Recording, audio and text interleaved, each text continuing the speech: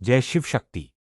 दोस्तों, मैं अखिला कुमार दास ओडिशा के भुवनेश्वर सिजुपुट गांव से हूं।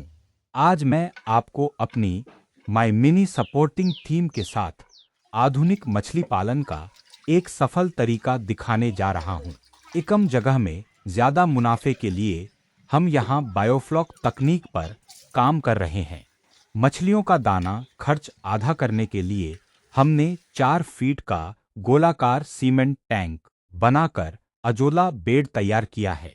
शुरुआत में पानी बिल्कुल साफ होने के कारण अजोला को पोषण नहीं मिल रहा था और हम 3 बार असफल रहे। लेकिन हमने हार नहीं मानी।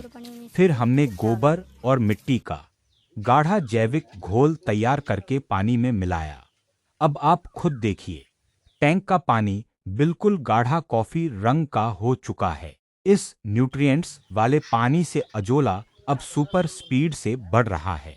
यह अजोला मछलियों के लिए बेहतरीन प्राकृतिक आहार है, जिससे मछली की ग्रोथ दोगुनी तेजी से होगी। जो लोग सोचते थे कि हमारे छोटे से गांव में यह आधुनिक तकनीक असंभव है, तो वीडियो को लाइक और शेयर जरूर करें।